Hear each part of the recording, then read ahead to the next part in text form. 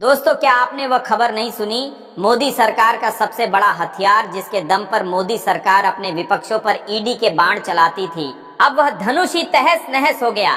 दोस्तों, ये खबर सुनकर आपकी आंखें भर आई होंगी और दिल में भी गुस्सा आ गया होगा, है ना? तो आइए पूरी खबर को शुरू से लेकर अंत तक ऐसे अंदाज में देखते हैं जिससे आप वीडियो में बने रहेंगे। वैसे ही लोकतंत्र में ईडी लग गई है और ये घुन अब दीमक बन चुका है, चुपचाप नहीं दहाड़ते हुए खा रहा है लोकतंत्र की हर दीवार को। दोस्तों, ये कहानी कोई सस्पेंस थ्रिलर नहीं है जिसमें बैकग्राउंड में गाने और इफेक्ट से आपकी आंखें चकचौंध कर दूं। यह भारत की सबसे बड़ी अदालत के भीतर घटी एक सच्ची घटना है, जहां कानून की किताबें धूल फांकती रहीं और चीफ जस्टिस ने खुद कहा, मेरा मुंह मत खुलवाइए। जिस लोकतंत्र की नसों में न्याय बहना चाहिए था, वहां अब नोटों की खनक है और ईडी की धमक है। कोर्ट की घंटी अब कानून से ज्यादा सत्ता की चुप्पी सुन रही है। अब एजेंसियां सरकार नहीं चलाती, सरकार एजेंसियों से चलती है और ये एजेंसियां अब पब्लिक सेक्टर नहीं, प्राइवेट लिमिटेड बन चुकी हैं, मालिक जात हैं। अब ये दौर है जहां नेता विपक्ष में हो तो चोर और भाजपा में जाएं तो निर्दोष, वकील सलाह दें तो आरोपी, पत्रकार सवाल पूछे तो देशद्रोही और जनता चुप रहे तो सब चंगासी। ये रिपोर्ट ईडी की नहीं, लोकतंत्र की चार्जशीट है।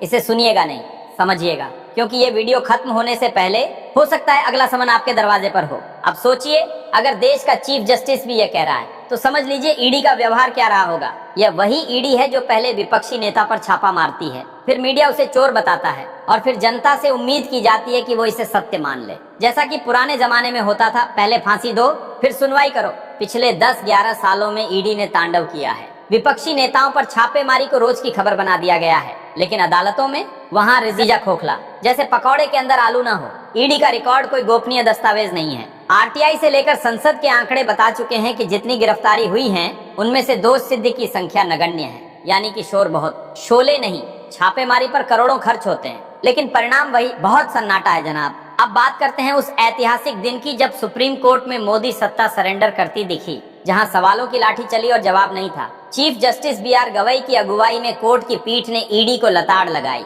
एक मामले में कर्नाटक के मुख्यमंत्री सिद्धरामैया की पत्नी को समन भेजा गया था, जिसे कर्नाटक हाईकोर्ट ने रद्द कर दिया। अब ईडी सुप्रीम कोर्ट पहुंची तो कोर्ट ने कहा, हमारे अनुभव महाराष्ट्र से हैं, मुंह मत खुलवाइए वरना बहुत कुछ कहना पड़ेगा। यानी जज साहब कह रहे हैं, जो देखा है वो बताऊं तो रो दोगे। यही नहीं, उन्होंने साफ साफ कहा कि एजेंसियों का इस्तेमाल राजनीतिक लड़ाई में नहीं होना चाहिए। चुनाव तक की लड़ाई ठीक है, लेकिन कानून को हथियार बनाना बंद करो। इस टिप्पणी की गूंज संसद से लेकर प्रेस क्लब तक सुनाई दी। तीखापन था, वो बता रहा था कि पानी अब नाक तक नहीं, माथे तक आ गया है। अब थोड़ा नजारा बदलते हैं और आते हैं दूसरे मामले पर, जहां ईडी ने वकीलों को समन भेजा। यानी अब विपक्षी नेताओं के बाद वकीलों की बारी आ गई। जो वकील केवल सलाह दे रहे थे, उन्हें समन पकड़ाया गया। यानी अब यह दौर चल रहा है, सलाह भी दोगे तो सजा मिलेगी। यह वही देश है जहां सबसे बड़े अपराधियों को भी वकील मिलता है, लेकिन जब एक वकील विपक्षी नेता को कानूनी सलाह दे तो ईडी उसे पूछताछ के लिए बुला लेती है। मतलब यह कि अब न वकालत सुरक्षित है, न इंसाफ का पेशा। यह लोकतंत्र की हत्या नहीं, वो भी दिन दहाड़े। इस पर सुप्रीम कोर्ट ने स्वतः संज्ञान लिया और फिर जो हुआ वह लोकतंत्र के इतिहास में दर्ज किया जाना चाहिए। सुप्रीम कोर्ट के सामने सरकार के वकील ने कहा, जज साहब, आप यूट्यूब और इंटरव्यू देखकर राय मत बनाइए। वाह! अब सुप्रीम कोर्ट के जज को समझाया जा रहा है कि वह यूट्यूब न देखे। यानी जो लोग मीडिया को गोदी में बैठा चुके हैं, अब जजों को भी चुप रहने की सलाह दे रहे हैं, मगर चीजों पर कह रहे हैं, यूट्यूब पर नहीं। कोई एक फैसला बता दीजिए जो कहानी पर आधारित हो। ये वही लोग हैं जो कहते हैं भारत विश्व गुरु बनने जा रहा है, लेकिन खुद डरते हैं सोशल मीडिया की आवाज से, जिनके लिए सच सिर्फ वो है जो उनकी पार्टी प्रवक्ता दोपहर में प्रेस कॉन्फ्रेंस में बोले। वकीलों को समन भेजे जाने की कार्रवाई पर इतना गुस्सा फूटा कि bar council, supreme court bar association सभी उठ खड़े हुए। आखिरकार ईडी को बैकफुट पर आना पड़ा। एक सर्कुलर निकाला गया कि अब बिना डायरेक्टर की अनुमति के वकीलों को समन नहीं भेजा जाएगा। सरेंडर कर लिया गया, लेकिन स्टाइल से। मतलब अब कह रहे हैं, हम मारेंगे भी लेकिन पूछ के मारेंगे। अब आते हैं छत्तीसगढ़। भूपेश बघेल, छत्तीसगढ़ के पूर्व मुख्यमंत्री, जिनके बेटे चैतन्य बघेल को हाल ही में ईडी ने गिरफ्तार किया, उन्होंने कहा, मोदी शाह सब बर्दाश्त कर सकते हैं लेकिन अडानी का विरोध नहीं। उन्होंने एक तस्वीर साझा की जिसमें छत्तीसगढ़ का सीएम अडानी के साथ खड़ा है और लिखा, इस तस्वीर के लिए अडानी को 5 साल इंतजार करना पड़ा। रवि क्लिक होती है तो बेचने का साइनिंग अमाउंट तय हो चुका होता है। विरोध करने वालों को जेल और समर्थन करने वालों को। भूपेश बघेल का पूरा बयान उस तंत्र की पोल खोलता है जो झूठे केस बनाकर विरोधियों को खत्म करना चाहता है। उन्होंने याद दिलाया कि कैसे उनकी मां को ईओडब्ल्यू दफ्तर बुलाया गया था, कैसे उन्हें खुद 2017 में जेल भेजा गया, कैसे उनकी सरकार बनने के बाद अडानी को दी गई खनन परियोजना रद्द की गई और कैसे आदिवासियों को जमीन लौटाई गई। उन्होंने साफ कहा कि कांग्रेस की सरकार में अडानी का स्वार्थ नहीं सिद्ध हो सकता, इसीलिए ईडी का दुरुपयोग शुरू हुआ।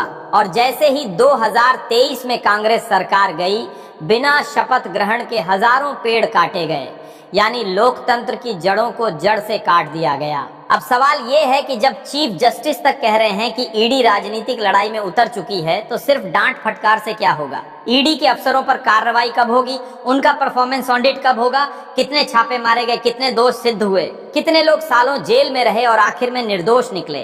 क्या इनकी जवाबदेही तय होगी, या यह भी उसी रजिस्टर में दर्ज होगा जिसमें लिखा होता है गौरवशाली उपलब्धियां? सुप्रीम कोर्ट की तलखी अगर सिर्फ नाराजगी में बदल जाए तो ईडी जैसी संस्थाएं और बेलगाम हो जाएंगी। इसलिए अब जरूरत है कि न्यायपालिका सिर्फ टिप्पणी न करे बल्कि एक्शन की मिसाल बने, नहीं तो ये जांच एजेंसियां एक दिन वकीलों के बाद जजों को भी समन भेजने लगेंगी। तो अब सवाल ये नहीं है कि ईडी कितनी बार छापा मार रही है, सवाल ये है कि कब तक लोकतंत्र का इस्तेमाल राजनीतिक चिमटे की तरह किया जाएगा, कब तक जनता के पैसों से चलने वाली एजेंसियां सत्ता की लाठी बनती रहेंगी। आज अगर सुप्रीम कोर्ट ये कह रहा है कि ईडी राजनीतिक लड़ाई में मत कूदो, तो वो कोई भावुक अपील नहीं है, वो एक संवैधानिक चेतावनी है। लेकिन सत्ता में बैठे लोगों को आदत पड़ चुकी है डांट सुनने की। सुना, अनसुना किया, फिर वही किया। आप सोचिए, एक लोकतांत्रिक देश में जहां कानून के राज की बात होती है, वहां वकीलों को कानूनी सलाह देने के लिए समन भेजा जा रहा है। यानी अगर आप किसी का केस लेंगे तो आप खुद केस बन सकते हैं, अगर आप सवाल पूछेंगे तो आप संदिग्ध हो जाएंगे, और अगर आप चुप रहेंगे तो यही सिस्टम आपको सबसे देशभक्त मानेगा। ये जो डर का माहौल बनाया गया है वो सिर्फ नेताओं के लिए नहीं है, कल को ये सिस्टम आपके घर तक पहुंचेगा। किसी को नौकरी से निकाला जाएगा, किसी का व्यापार ठप किया जाएगा, किसी को राष्ट्र विरोधी घोषित किया जाएगा, और आप सोचते रह जाएंगे कि मैंने तो कुछ किया ही नहीं। लेकिन यही तो किया, कुछ नहीं किया। आपने चुप्पी रखी, आपने सत्ता के हर अत्याचार को एक पार्टी की लड़ाई मान लिया। आपने सोचा कि जब तक मेरा नंबर नहीं आया तब तक सब ठीक है। लेकिन याद रखिए, जो लोग इतिहास में मूक दर्शक बने रहे, इतिहास ने उन्हें कभी माफ नहीं किया। भूपेश बघेल कह रहे हैं कि अडानी के खिलाफ खड़े होने की सजा उनके बेटे को मिल रही है, और यह कोई पहली बार नहीं है। इससे पहले भी जो भी अडानी या अंबानी के खिलाफ बोला, उसकी आवाज को दबाया गया, कुचला गया या जेल में डाल दिया गया। और गोदी मीडिया ने हर बार कहा सिस्टम काम कर रहा है। अब आप खुद सोचिए, जो सिस्टम केवल विपक्षी राज्यों में काम करता है, वो सिस्टम है या बदला लेने की मशीन? तो अब वक्त है जागने का। सिर्फ स्क्रीन के सामने बैठकर दुखी होने से कुछ नहीं होगा।